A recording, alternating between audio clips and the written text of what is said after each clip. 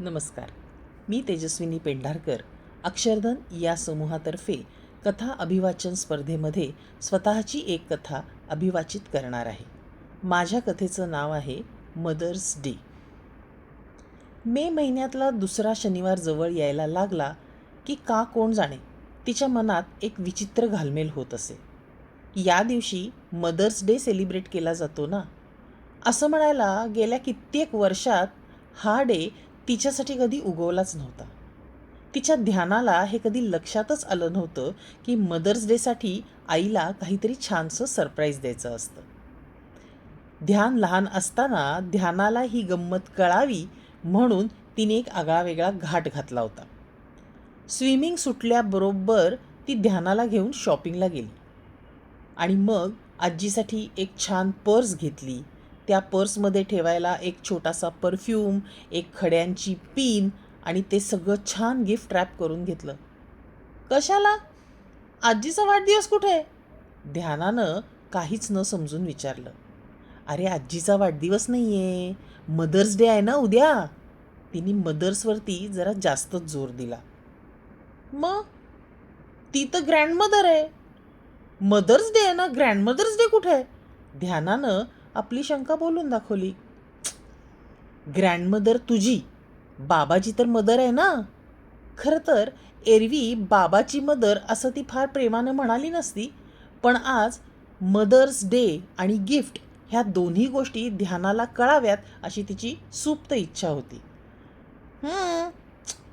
पण तिचा तर काही वाढदिवस वगैरे नाही आहे, उगाचच काय. ध्यानाचं लक्ष कशातच नव्हतं.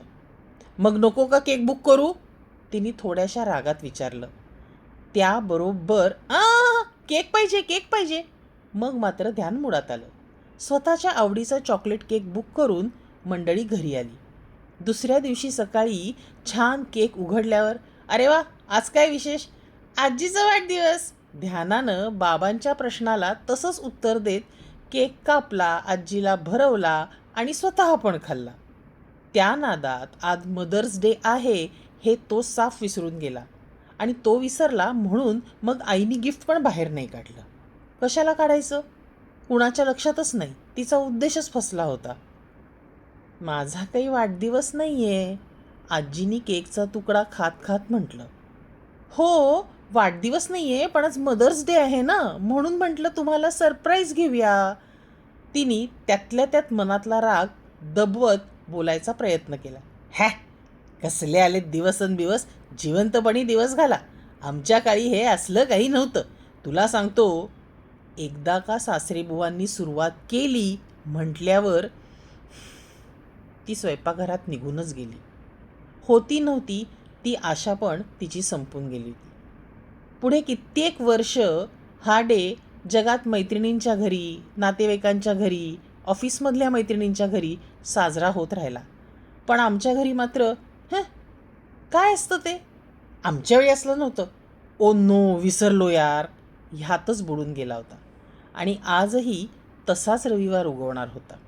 इतके वर्षात लक्षात न राहिलेल्या या मदर्स डेला हॉस्टेलवरनं ध्यान कुठलं गिफ्ट पाठवणार होतं? जाऊ दे, खरं म्हणजे आपल्यालाच आता सवय व्हायला हवी ती या सगळ्याची.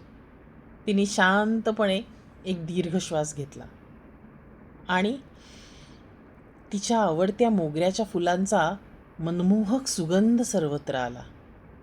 तिने चमकून वळून मागे बघितलं. मागे कागदाच्या पुडीत मोगऱ्याचा गजरा घेऊन बाबा उभे होते. राणी सरकार, हे घ्या.